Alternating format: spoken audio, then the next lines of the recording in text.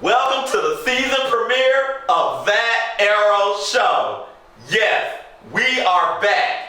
Arrow is back. And guess what? We're about to get into the good, we're about to get into the bad, and we're about to get into the Laurel. Tonight's episode, season 5, Legacy. Alright, let's start off with the good. So, Oliver and company are back, missing a few people. We got a new villain in town. I think he might have watched some episodes of Luke Cage to see how he was supposed to act. What do y'all think? Let's get into it. I love the fact how he rolled up in there like Jumbo Jones. Like,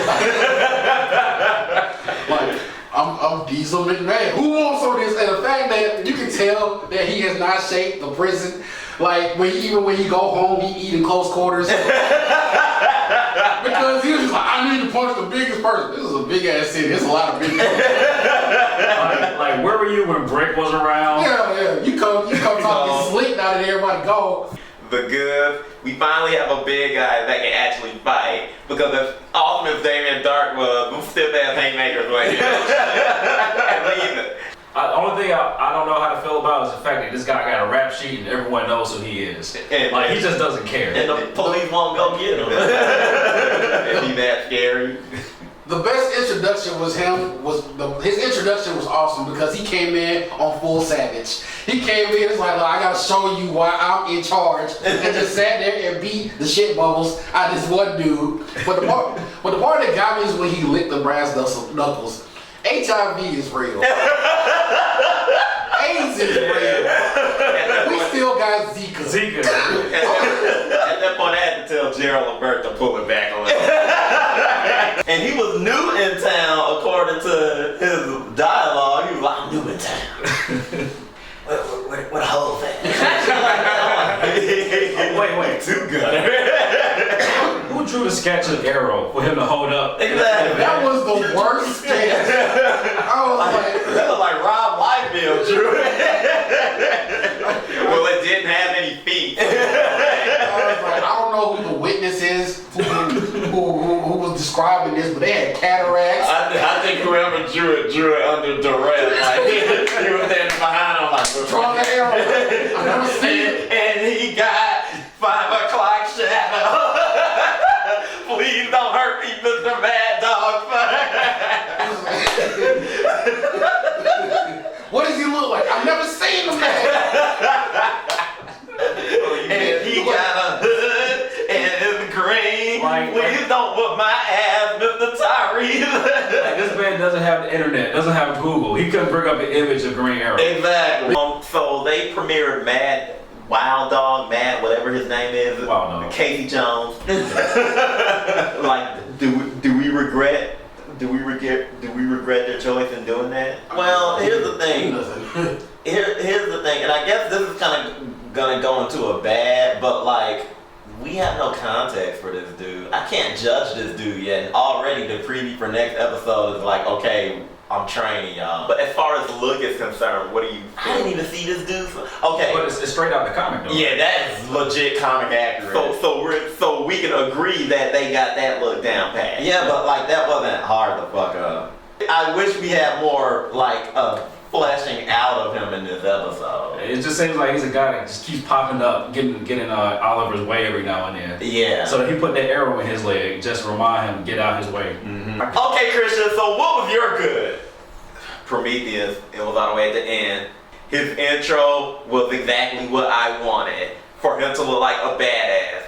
Now, granted, I thought it was ridiculous that he threw like 3 objects at this one man.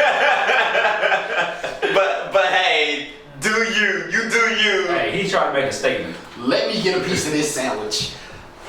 Let me tell you why Prometheus was the truth. He was like, first of all, let me show you everything I'm rolling with, homie. I'm about to pelt you with everything. And then, I don't think everybody caught this.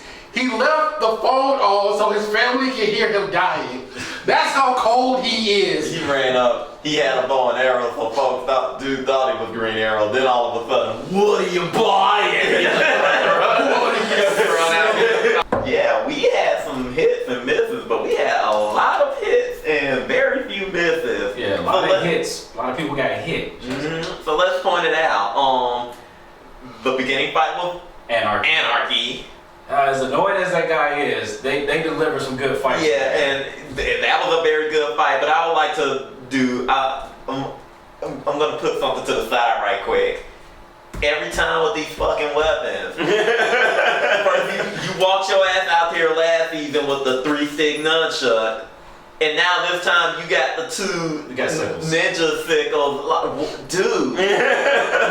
Like, you doing too much. I mean... This is after Prometheus. Yeah, but it will make sense for Prometheus because he's a fucking badass who studied this shit. He came here to play. Anarchy just a random ass. Exactly. Other goods I point out are character dynamics. I love the interactions between Oliver and Felicity, Oliver and Thea, Oliver and Lance. All of it was just hitting. The pacing was great for this episode. So I feel like we're really sucked into it, getting back into this. Alright, time to get into the bag. It sounds like the season premiere got off to a pretty decent start. But it was not perfect. Why was Oliver calling Diggle like a thirsty boyfriend? With Diggle, when you go, can you send me a text message? Are you okay? Did you get my cookies? I tried to call you. Did you? I left a message earlier. Like, what was that all about? I know you're busy. Love you. Bye. Other bads. Everything in Russian. Let's just get that out of the way. Okay, the fights were horrible. I did not give a shit about this storyline. I don't know what the fuck they're saying. And I can't read the shit that they put on there because they put it in Russian. They translated it to English. I still couldn't read it. I'm gonna put Russia in the bad category right now. Hope it gets better. I mean, the show is promising so far. So right now, you just gotta dig yourself out of the bad hole. Another bad for me has got to be Thea. I couldn't deal with all the crying this episode. This whole new age, I gotta find myself bullshit. I'm like, I was hoping that she'd come back to the fray, but at this point, I'm like, just stay home. The reason Thea was so against killing is because of the fact that in her case, with the whole League of Shadows bullshit and the Lazarus Pit, killing means something completely different for her because it brings up something in her. So the fact that she stepped away from a life of constantly fighting, yeah, I get that. Like, stepping away helped her heal with that Lazarus shit. But on the other end of the spectrum too, what irked me is apparently, and maybe it looks like this to me because I was used to how her and Mama Queen was acting back in seasons 1 and 2 or whatever. Apparently being the real, normal, regular Thea also means being kind of selfish because your own brother was kidnapped and no one else is around to save him, and you were reluctant for so long before you decided, I guess I gotta go. Like, really? Like that's your brother. My bad was like, the writers don't know what to do with Lance because he's just there. Oh yeah. He's all bummy and stuff. They torpedoed his character. He's all bummy and scummy now, and my whole thing is like, they just trying to find stuff for him to do because he's like, yeah, I want you to come to the Arrow Cave and, sweep up in the corner or something. And what makes it even worse is, so she breaks up with him. Mama Smoke breaks up with him. She was the reason he dropped his fucking job at the police station in the first place. So it was for nothing. So you left him, like, it just further tarnishes her character. And she wasn't even on screen to do it. That's true. Alright, we've done the good, we've done the bad. Time to get into the laurels. So, what do we got for this week? Busted ass statue. You know who, and you can take it from there. Alright. The statue that sits on the harbor to nowhere, a place we've never seen on the show before. I don't know where they were when they debuted that statue. Probably somewhere because they know a lot of people don't traffic that area. Ironic that you say nowhere because her character went nowhere. Her character, her plot, her death went nowhere. I just don't know what to say about the statue. It looks very busted. Tag me in right quick. Let me piece this series. First of all, where the hell did they get this crowd? Because some of those people didn't even look like they knew what they were there for. I saw one guy passing out coupons at Dunkin' Donuts. I saw unattended kids out there. That crowd was very thin too. Exactly. More like it was paid for. And another thing, who in the hell are they? Are there some seasons of Arrow I haven't seen? Is there this mystical character of Laurel that was just so great? Are there some She was nothing like the character, like the myth that they talked about. Are there some Maybe she was on Legend of Tomorrow. Must be. There must be some OVAs, some behind the scene footage we ain't seen because It was just like comics. It was a tie-in. You had to buy the tie-in. It felt like Flashpoint Paradox created this other Laurel that we never heard of. Exactly. It was like they were talking about Saint Margaret III. Like you would have thought that she was the top tier character who just died in the series, but she really just sloppy Joe Jenkins. Maybe they were talking about her sister. Maybe they got. That's what it is. It is because you know the wig and you know the buckles. But the whole time I was like, Laura wouldn't. Who? Please don't let me be the last Black Canary is your dying words. Please don't. When was that shit? That was last season. When was she the first? Like she forgets she stole that from her sister. Please don't let me be the last Black Canary. You're not even the real Black Canary. The whole time I was expecting Oliver to go like, Please don't let me be the Black. let's go away. I don't Go remember. away. Let's go. Go.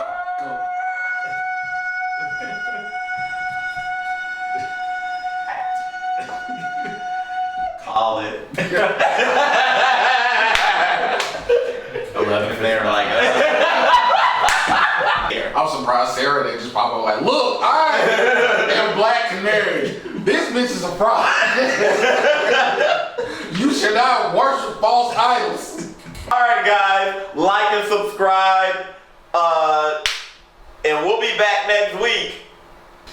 I'm talking about the Batman and Superman moment when Oliver's in the rafters that nobody see this bright green coat shining in the corner and he just out like nobody sees this. Observation skills at 0. Like he didn't need to be there. You have technology, like a microphone. Leave a microphone there or something. Exactly. He's been up there like Contorting his body in the corner of a wall. You fucking See me. He looked so weak and sorry. Like even when he put his hands around her neck, I'm like, ooh, limp, wrist. That was Let's point out something Listed though. by older Justin Bieber. Let's point out something though. Whose loft was that? That's a good question. Oliver. You ain't fucking. You a fool.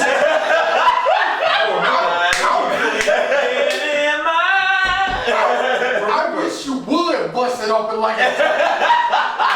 Remember, that was Thea's loft. Oliver and Felicity came back. She gave them the loft. Now Felicity has the loft. I wish you would. Because I was like, we clearly know it's like Oliver because the moment he put his hand, he was like, I was like, that's not a massage. What the fuck is this? That's not Oliver. So what is that? Someone please help Felicity. Exactly. She been attacked her own house. I was like, The fuck? when I saw the hands, I was like, oh, Felicity gonna lesbian.